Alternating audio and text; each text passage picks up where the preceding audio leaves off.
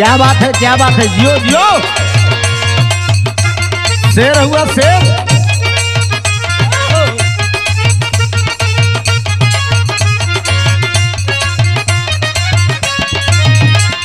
जुगनी जुगनी हाय हाय जुगनी जुगनी।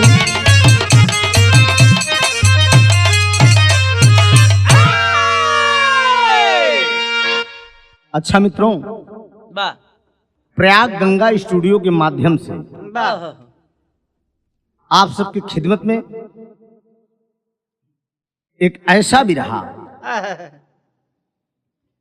आदरणीय पूज्य कवि श्री राम गुलाब मौर्य कवि जी की देखरेख में राजा हरिश्चंद्र हमारे देश में ऐसे ऐसे दानी हुए दोस्त, सब कुछ त्याग दिए। राजा हरिश्चंद्र की एक छोटी सी कहानी पूरे परिवार के साथ बैठकर आप त्रिभुवननाथ एंड पार्टी से गीत का आनंद उठाएंगे। देश में ऐसे ऐसे दानी, ऐसे ऐसे महापुरुष हुए, एक बार सुन के अपना प्यार दुलार आशीर्वाद दीजिएगा। कहानी की शुरुआत है, कहानी कैसी है आइए मार साहब।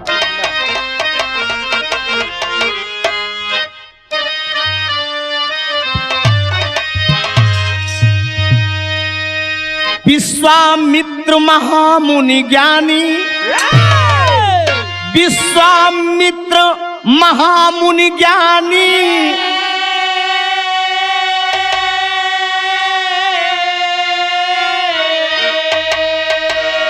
हे भाइयों तनई रहले नऊ अभिमानी,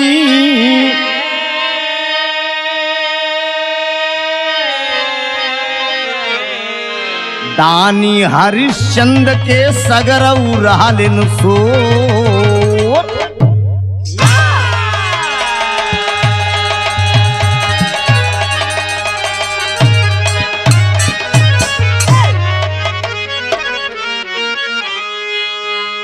ध्यान देंगे आप सब, पुरुषोत्तम मर्यादा राम की जन्मभूमि अयोध्या की एक छोटी सी राजस्थान है दो। उन्हीं के खानदान में राजा रघु, राजा भगीरथ, राजा दिलीप, महाराज दशरथ, तमाम राजा हुए। ऐसे एक राजा उन्हीं के खानदान में दोस्त राजा हरिश्चंद्र हुए। राजा हरिश्चंद्र की एक छोटी सी दास्तान है। दानियों में कर्ण जैसे दानी का नाम आता है दोस्त, सत्यवादी में राजा हरिश्चंद्र जैसे सत्यवादी का नाम आता है। सब कुछ दोस्त दांव पर लग गया। ऐसी ही कहानी मिलेगी। एक गजल का भाव दिया गया है मां साहब।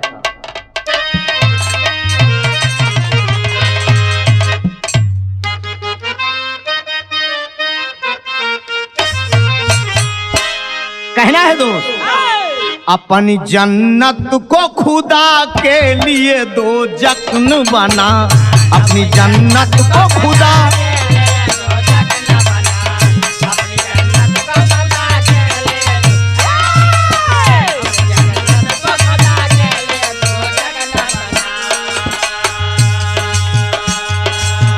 अपनी जन्नत को खुदा के लिए दो जख्न बना,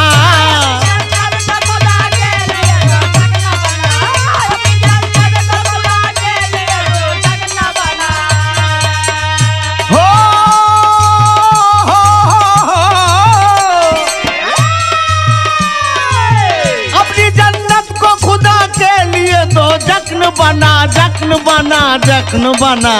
अपने माँ बाप का तू दिल न दुखा, दिल न दुखा। अपनी माँ बाप का तू दिल न दुखा, दिल न दुखा।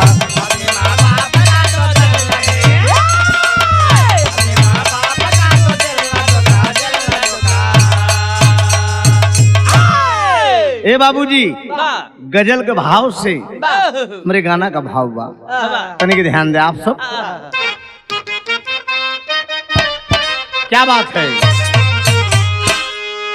दानी महादानियों से है मेरा भारत ये भरा, दानी महादानियों से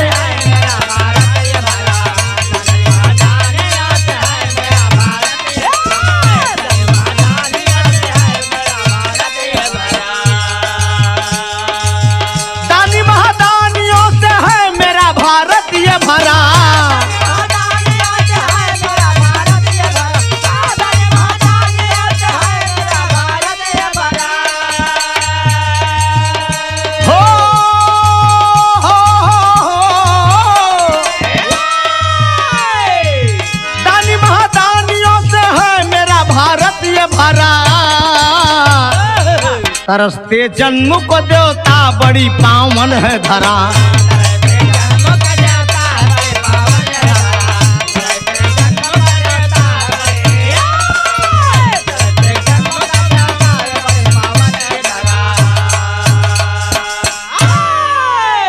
एक दिन नारद विश्वामित्र पास आए हैं, आदर सत्कार में दोनों ऋषि हर्षाए हैं।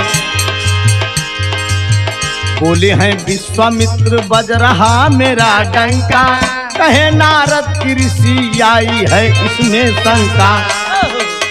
हरिश्चंद्रानी से पूरा है ब्रह्मांड डरा।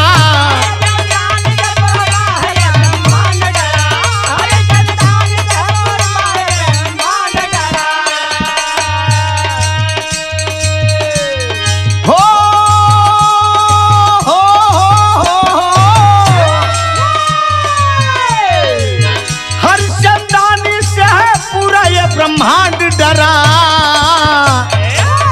दानी महादानियों से है मेरा भारत ये भरा। दानी महा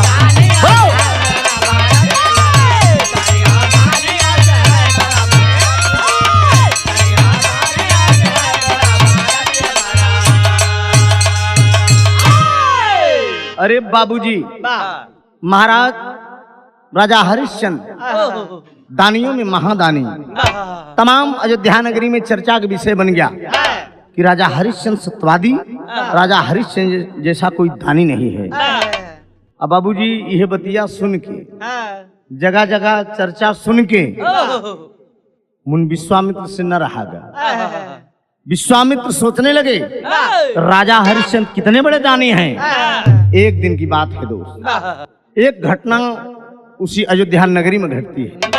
घटना क्या घट रही है, विश्वामित्र सोचते क्या मन में है, तर्ज गलाइन है मुन्ना।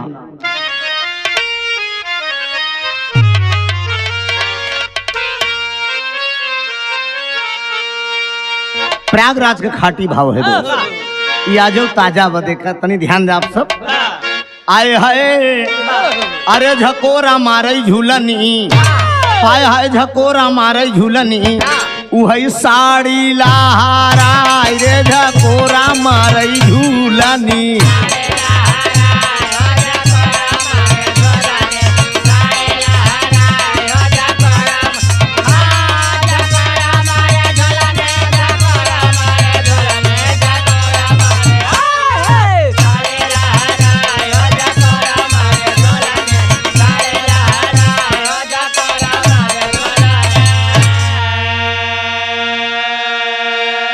अरे बाप रे बाप, विश्वामित्र अपने मन में सोचत हैं बाबूजी, क्या सोचत हैं, बाटेन ओके तना दानी, अरे बाटेन ओके तना दानी, देख अब चल के पानी हो बाटेन ओके तना दानी।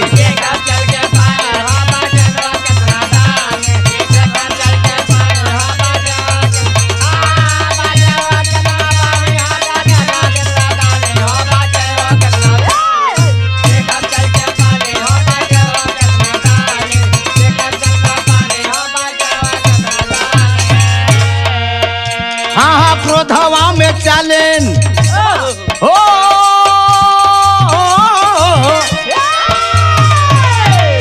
क्रोधवा में चलन विश्वामित्र अभिमानिन बाटन हो कितना पानी, चल के देखा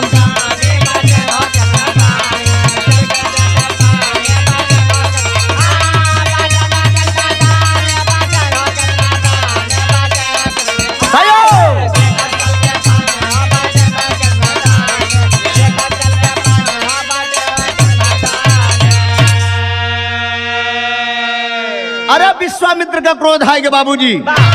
विश्वामित्र सोचने लगे अपने मन में कि राजा हरिश्चंद्र कितने बड़े दानी हैं। एक दिन की बात है बाबूजी, महाराज राजा हरिश्चंद्र सिंहासन पर लेटे, शेष सैया पे लेटे हुए हैं। इतने में बाबूजी एक घटना घटती है, अंतरे के भाव में कहना है, रतिया में राजा के सपना देखावले,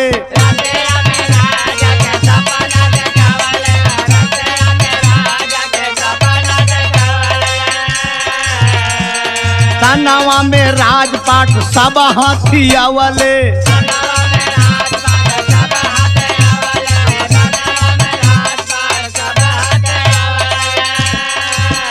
अरे हो तो भोरा हरिया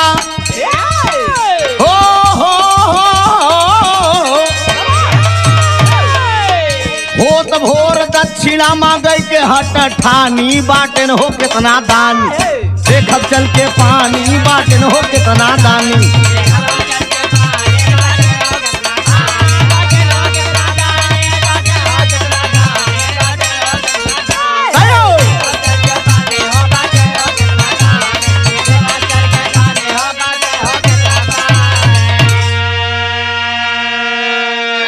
सपने की बात है बाबूजी, सेज पर महाराज राजा हरिश्चंद्र लेटे हुए हैं। अयूं ही बाबूजी रात में सपने में विश्वामित्र जी का आगमन हो गया।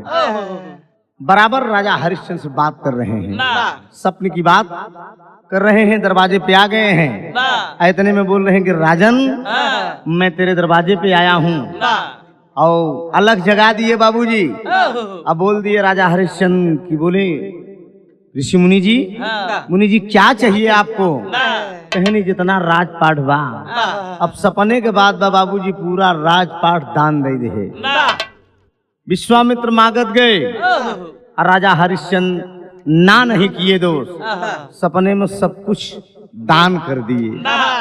इतने में बाबूजी जब सपने में दान हो गए, जब सवेरे राजा हरिश्चंद्र सोई के उठत है, इतने में भोरहन में एहर गुरु विश्वामित्र जी विराजमान दरवाजे पर। सपना कभी कभी सच हो जाता है। देखा विश्वामित्र जब आए गए बाबूजी, अब यहाँ का होत बाटे, तर्ज बदल गया।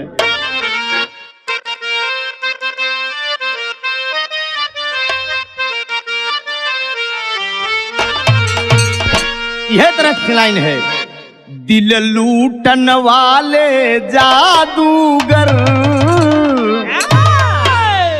दिल लूटन वाले जादूगर, मैंने तुझको पहचाना है।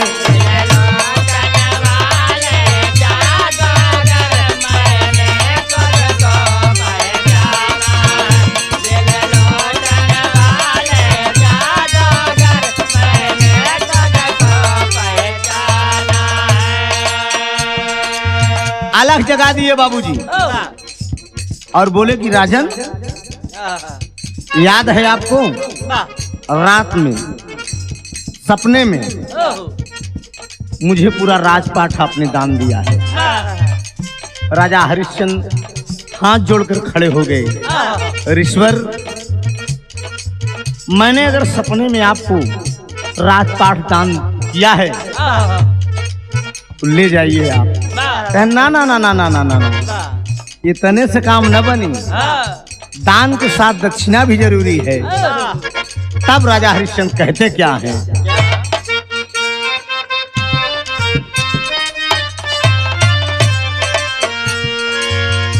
कितना सोना चाहिए ऋषिवर, अभी पूरा भरा खजाना है।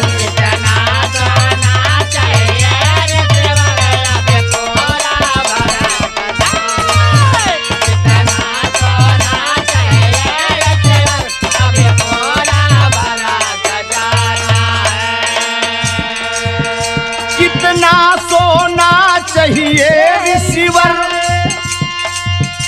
अभी पूरा भरा खजाना। अहो भाग्य हमारे सफल हुए, जो हुआ आपका आना है।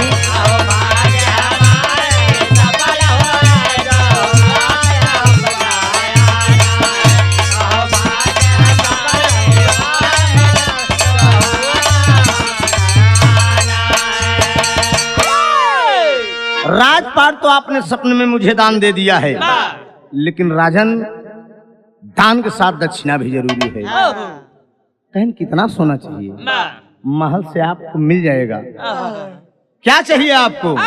इतने में विश्वामित्र बोल दिए, कहा सुनिए राजन, तो टेरी का भाव दिया गया। अरे मोरे राम दक्षिणा कैसे दे ब्यादनिया सपना में लैली हले तोहरी राजधानिया दक्षिणा कैसे दे ब्यादनिया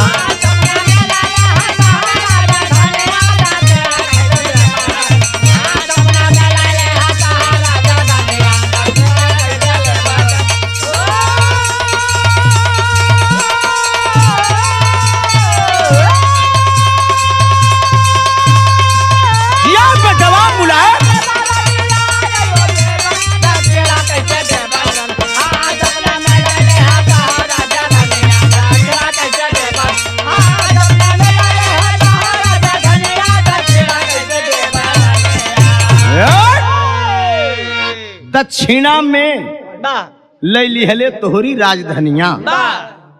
सोचिए आप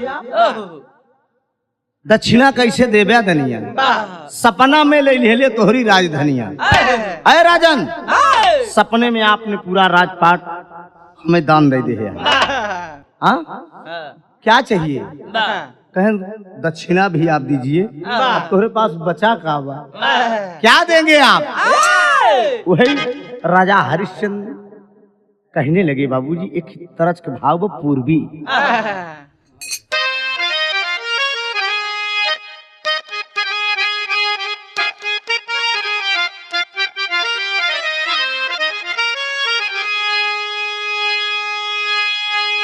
अखिया से ढर के पियऊ और ढूर ढूर पानिया अरे मटिए में मिली जाता अरे मटिए में मिली जाता चढ़ली मोर जवानिया माटिए में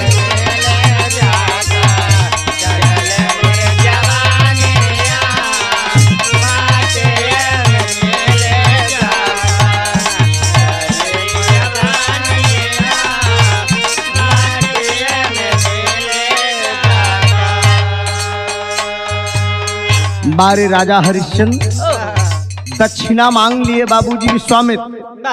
राजन मुझे दक्षिणा चाहिए।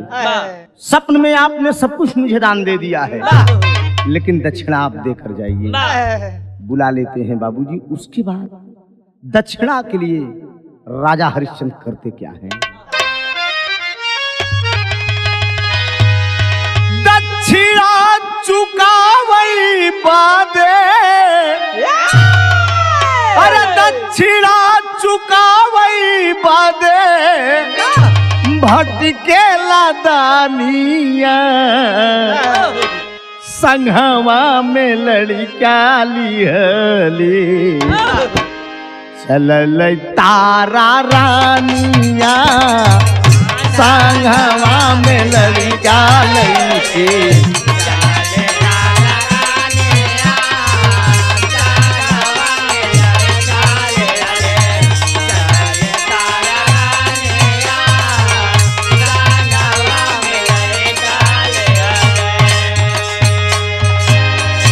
महाराज राजा हरिश्चंद्र दक्षिणा चुकाने के लिए पत्नी तारा सहित मासूम बेटा भी है बाबूजी। बेटे के साथ पत्नी के साथ अयोध्या से चल रहे हैं। कहां आते हैं भगवान भोलेनाथ की नगरी काशी। काशी में बाजार लगा हुआ है बाबूजी। साक्षात बोली बोली जा रही है। दांव पे लगा दिए अपनी पत्नी और स्वयं राजा हरिश्चंद्र दांव पे लग गए बिकने के लिए दक्षिणा चुकाने के लिए। बेटा रोहितास भी साथ में है। होता क्या है राजा हरिश्चंद्र का सत्य देख के स्वयं धर्मराज ब्राह्मण का भेष बनाते हैं और करते क्या है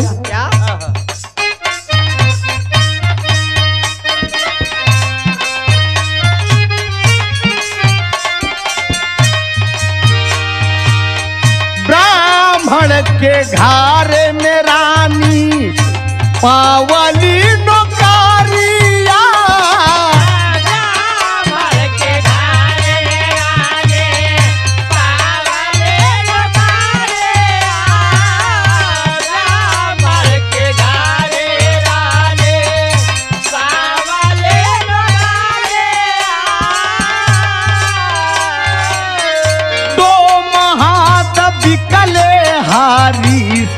चंद भैले हारिया हो, चंद भैले हारिया।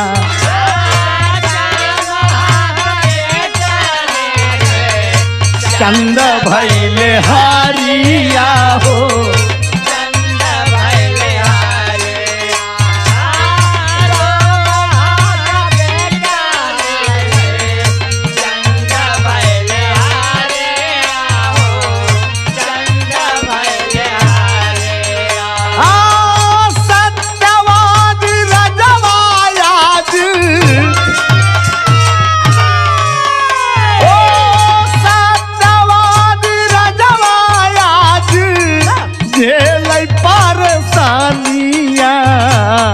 सांघावा में लड़का लिहले, सांघावा में लड़का लिहले। चल तारा रानिया सांघावा में,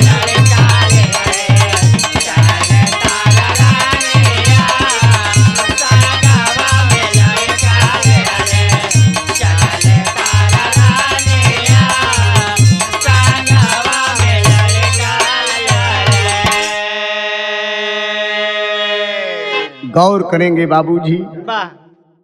महाराज हरिश्चंद्र दक्षिणा देने के लिए पत्नी तारा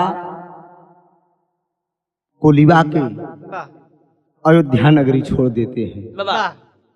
चाबी भी दे दिए। विश्वामित्र मुनि सब ले लिए, ये तो मेरा है, दक्षिणा कहाँ से दे दोगे? तेरे राजमहलों में सोना चांदी पोखरा हीरा जवाहर सब कुछ भरा हुआ है, वो सब मेरा है। अब तेरा क्या है? सपन में दिया हुआ दान, दान के बाद दक्षिणा चाहिए। महाराज हरिश्चंद्र मुनि विश्वामित्र से बोलते हैं कि मुनि जी वो भी आपको मिलेगा। जरा गौर करेंगे विराग को सुनने वाले, क्या लेखनी आदरणीय कवि राम गुलाब गुरुजी ने किया है। इस प्रयाग गंगा के माध्यम से, चैनल के माध्यम से आप लोगों के बीच भेजा जा रहा है। ऐसे लोग दुनिया में कम मिलेंगे। राजा हरिश्चंद्र अयोध्या से तारा पत्नी समेत रोहितास बेटे सहित निकल देते हैं। पत्नी तारा सवाल करती है, स्वामी ये क्या आप कर रहे हैं? आगे चल के बताऊंगा। चलते चलते चलते चलते भगवान भोलेनाथ की नगरी काशी पहुंचते हैं। बाजार लगी हुई है, बोली लग गई। पत्नी तारा देवी को बेचा जा रहा है। राजा हरिश्चंद्र खड़े हैं स्वयं बिकने के लिए।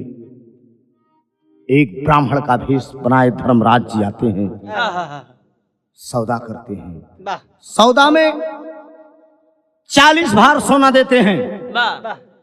ब्राह्मण देवता पत्नी तारा को खरीद को लिवा कर बाबूजी घर में आते हैं। चूल्हा चौका बर्तन करने लगी।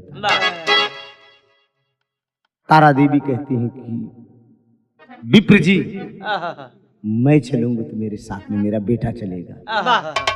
बेटी को साथ में लेके बाबूजी ब्राह्मण जी के दरवाजे पे आते हैं। चूल्हा चौका बर्तन मानना शुरू कर दिया बाबूजी, सारा काम काज करना तारा शुरू कर दिए। सोचिए एक राजमहलों के रहने वाली रानी एक ब्राह्मण के दरवाजे पे चूल्हा चौका बर्तन करे। 40 भार सोना मिला, 20 भार सोना अब भी कम पड़ रहा। राजा हरिश्चंद्र स्वयं बिकने के लिए तैयार हुए। मुझे कोई खरीदने वाला हो। उसी बनारस की धरती पे जिसका नाम बताया गया कल्लू डोम, 20 भार सोना देकर बाबूजी राजा हरिश्चंद्र सत्यवादी को खरीद लिया। राजा हरिश्चंद्र स्वयं बिकने के लिए तैयार हो गए। बताइए काम, बताइए क्या काम है? एक काम है, एक घड़ा पानी भर के डेली मेरी महारानी को आपको देना होगा, मेरी पत्नी को। उसके बाद शमशान पर जो मुर्दे आएंगे उनकी रखवारी करना है, उनसे कर लेना है। ये आपकी ड्यूटी रहेगी। बारे राजा हरिश्चंद्र, ठीक है, स्वीकार किया है कि तरज हैदर गुरु वाली। अरे स्वर्ग से सुंदर लागे जनकपुर नगरिया आइले बिया है राम सीता के।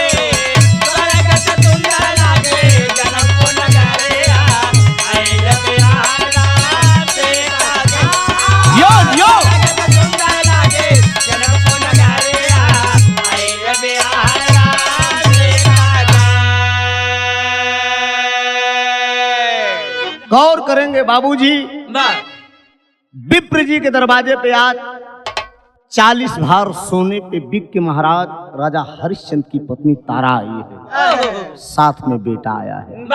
विप्र जी एक दिन पंडित जी पूजा के लिए आदेश कर दिए, मैं पूजा करने जा रहा हूँ, बगीचे से थोड़ा सा पुष्प चाहिए। मालिक को यही मंजूर था बाबूजी। छोटा सा मुन्ना रोहितास वो करता क्या है बाबूजी, पंडित जी की पूजा के लिए बाबूजी पुष्प लेने के लिए जब गया, शायद ईश्वर को यही मंजूर था। परीक्षा पे परीक्षा, परीक्षा पे परीक्षा। बारे मुनि विश्वामित्र एक घटना यहाँ घटाते हैं। सर्प बन के बाबूजी डरते हैं। तारा को खबर मिलती है, दौड़ी दौड़ी जब जाती है तो क्या महारानी सोच रही है,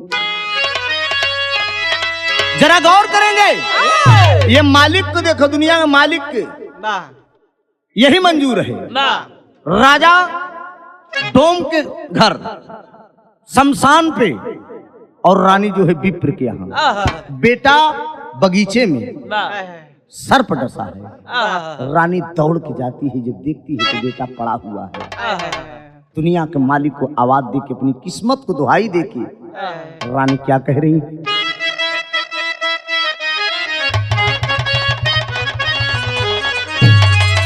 अरे दिहले उजारी प्रभु,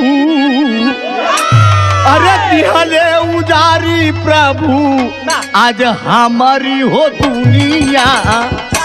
अरे दिहलन उजारी प्रभु, आज हमारी दुनिया।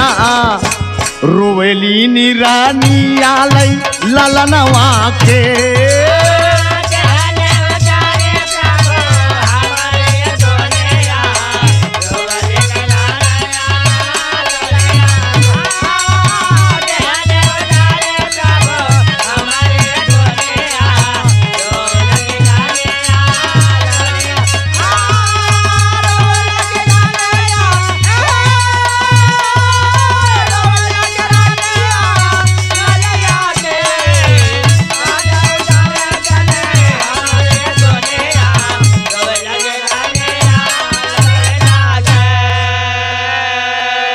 किस्मत बनाई दिहला हमया भगिनिया। रोवेली निरनिया लइके ललना के। बाहरी दुनिया के मालिक क्या यही मंजूर था? और रानी क्या सोच रही है आगे, काहो भगवान कितना दिहला दुखवा भारी, काहो भगवान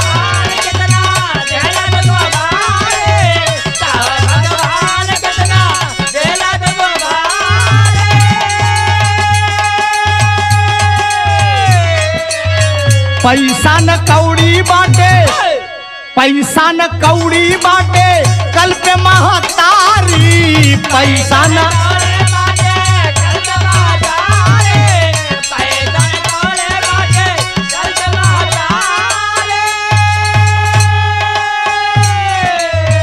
कहवा से दे अपना लाल के कफनिया, कहवा से दे अपना लाल के कफनिया। रोवेली निरानिया लई ललनवा के, कहवा से दे अपने लाल के कफनिया।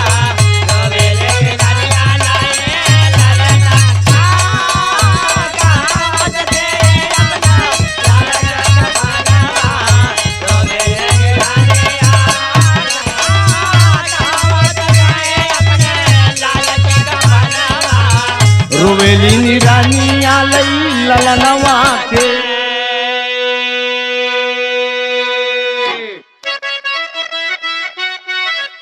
काहो भगवान कितना दिहला दुखवा भारी,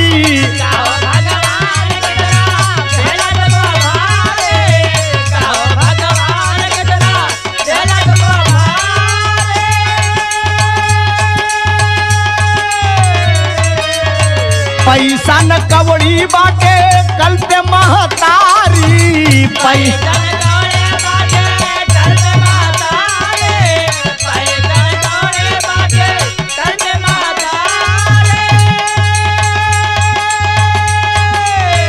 कहाँ से दे अपना लाल के कफनिया, कहाँ से दे अपना लाल के कफनिया, रोवेली निरनिया लैला लनवा के।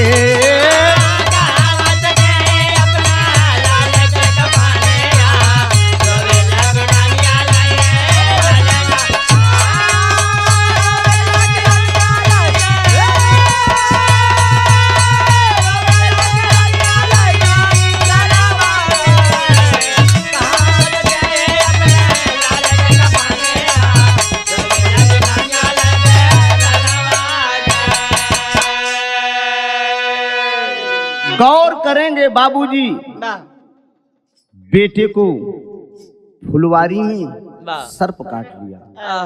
दौड़ी दौड़ी रानी तारा जा रही है, मासूम बेटा एकदम पड़ा हुआ है। बाबूजी तारा गोद में उठाती हैं और अपने तन की साड़ी फाड़ के बाबूजी बांध देती है। लेकिन लेकर बाबूजी बची हुई साड़ी को तन पे पहनी है, पहने के बाद लेकर उसी घाट पर पहुंचती है जहां पर कल्लू डोम यहाँ बिक के राजा हरिश्चंद्र आज घाट की रखवारी कर रहे हैं।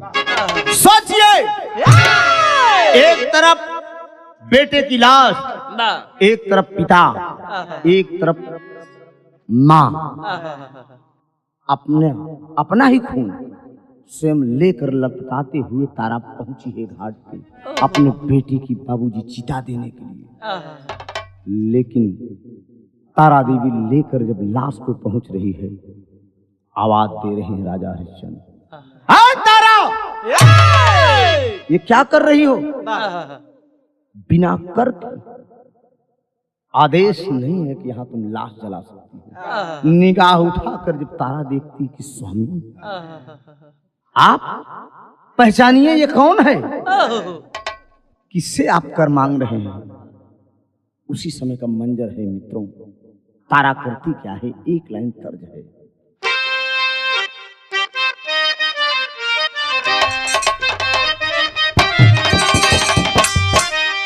जब से गमनामा के दिनवा धराई, रतिया न नींद आवई देह पियराई।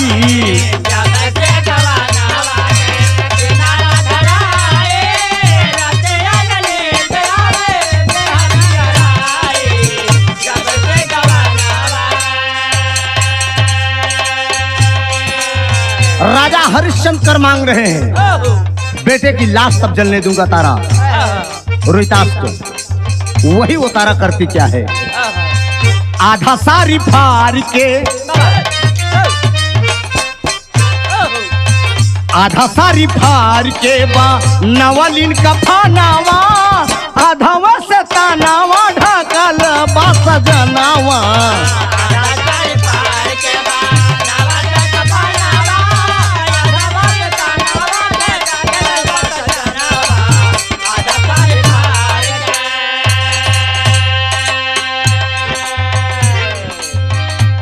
गौर करेंगे बाबूजी, हरिया कर मांग रहा है।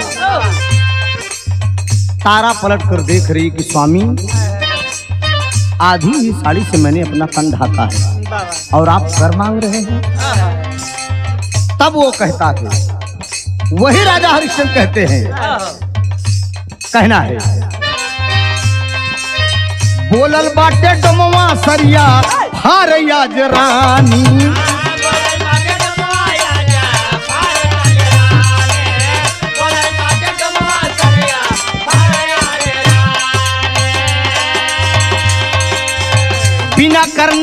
लाश फूकब साफ कहतानी।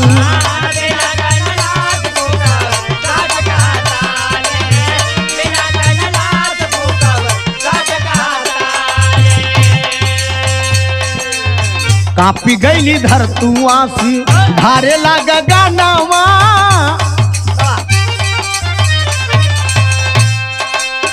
कापी गईली धरती आंसू धारे लागा गानावा।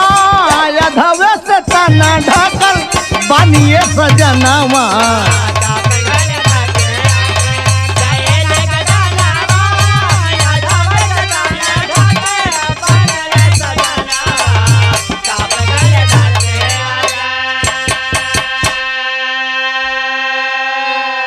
रो कर आंखों में आंसू लेकर तारा देवी अपनी पति राजा हरिश्चंद्र से कह रही है, लेकिन आवाज दिए आय रानी कुछ भी हो लेकिन बिना कर लिए लाश को जलाने नहीं दूंगा। तारा सोच रही कि बारे दुनिया के मालिक, आखिर में बची हुई साड़ी में से आधा फाड़ कर बाबूजी वो कर दे रही है। जब कर देती है तब वही हरिया राजा हरिश्चंद्र कल्लूडोम ने नाम रखा था हरिया, वही हरिया तारा देवी को आदेश दिया कि लाश जला सकती हो। जब लाश जलने की पारी आती है बाबूजी तो आखिर में होता क्या है, पापड़ का भाव दिया गया।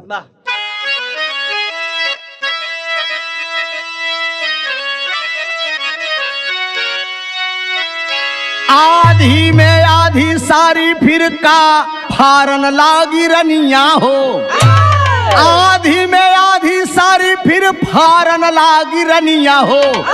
एक ही सा सारी में रानी कैसन ढकई बदनिया हो।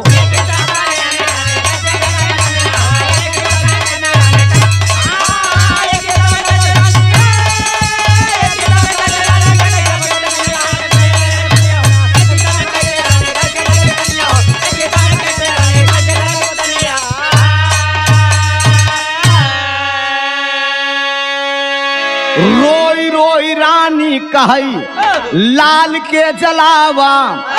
करना पूरा होई स्वामी फिर से बतावा। लाल के संगवा जरी जाबई हम हूँ यही अग्निया हो। एक ही सा सारी में रानी कैसन ढकई बदनिया हो।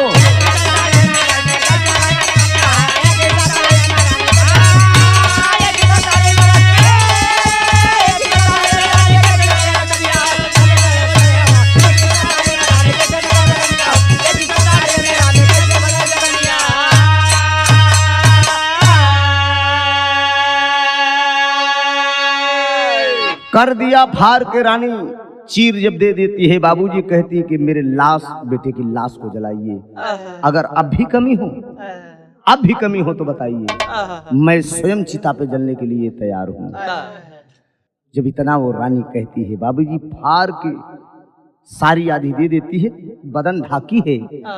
वही जब चिता में आग लगने की पारी आती है बाबूजी तो होता क्या है, आल्हा का भाव दिया गया।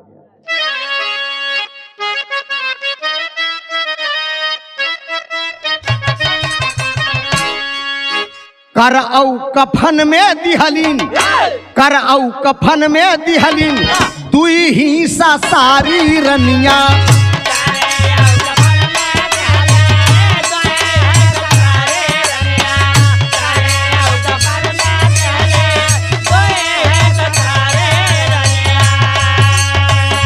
एक ही ससरिया में बादनिया हो उघा।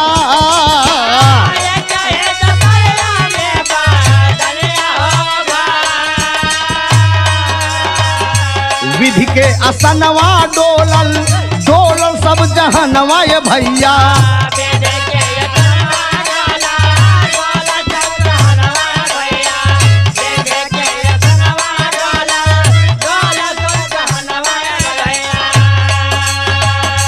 मनवा में गईले विश्वामित्र हो लजाई।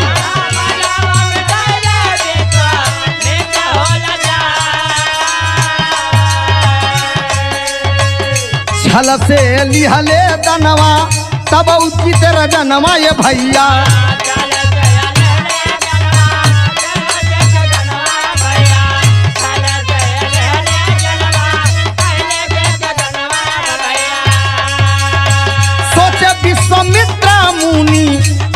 हो बहाय।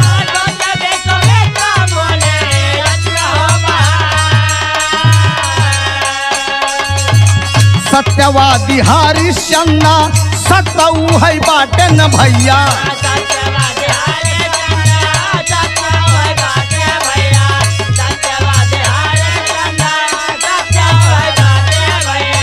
असली भेसवा में गईले घाटवा पे आए।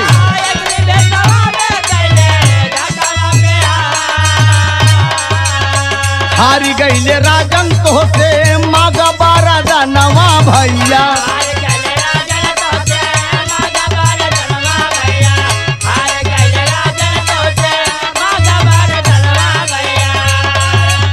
कहले हरिश्चंद्र कौनो दुख नहीं बा।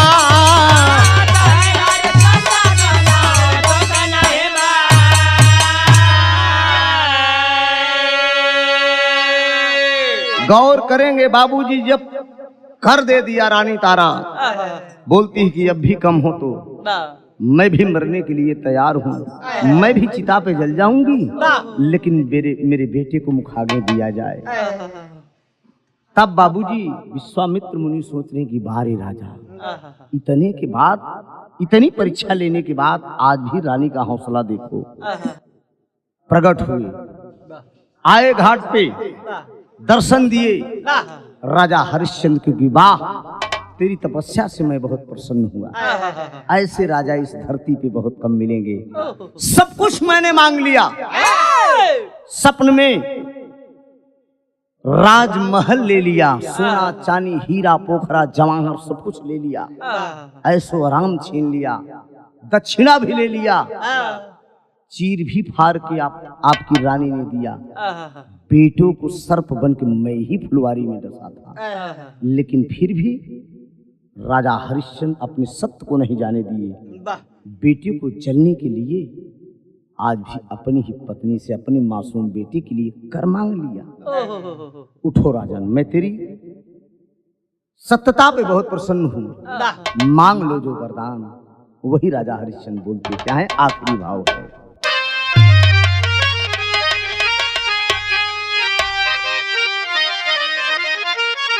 राजा हरिश्चंद्र तो है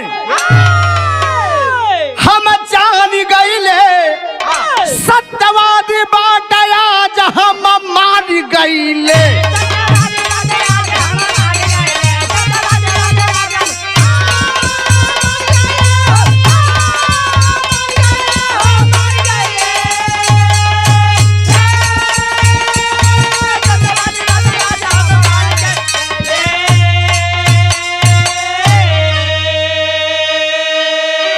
वही बाबूजी घाट पे मुनि विश्वामित्र करते क्या है राजा हरिश्चंद्र के साथ।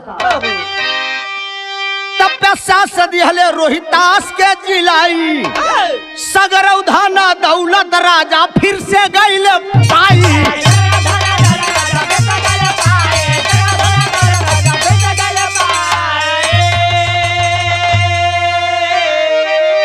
त्याग में शक्ति होने अब फिर जान गईले, सत्यवादी बाटा राजा याद मार गईले।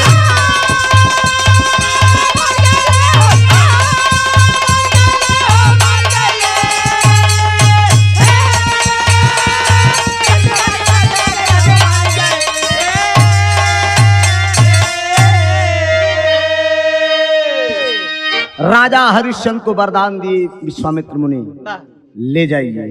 बेटा रोहितास जिंदा हुआ, राजमहल भी वापस हो गया, सब कुछ ज्यों करते हो गया, सब कुछ दे दिए वापस, सब कुछ राजा हरिश्चंद्र पा गए।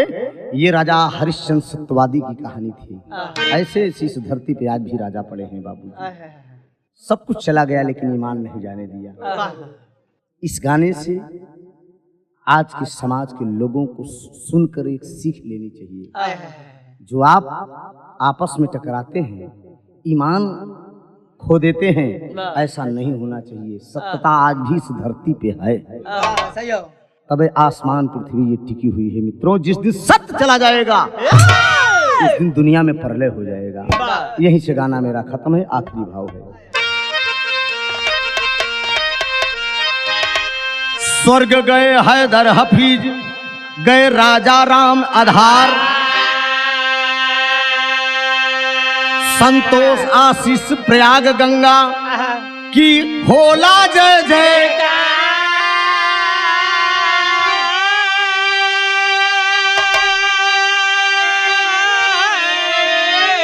अरे दक्षिणा कैसे दे ब्यादनिया, त्रिभुवन राम गुलाब के रखिया पर्दा पनिया, दक्षिणा कैसे दे ब्यादनिया।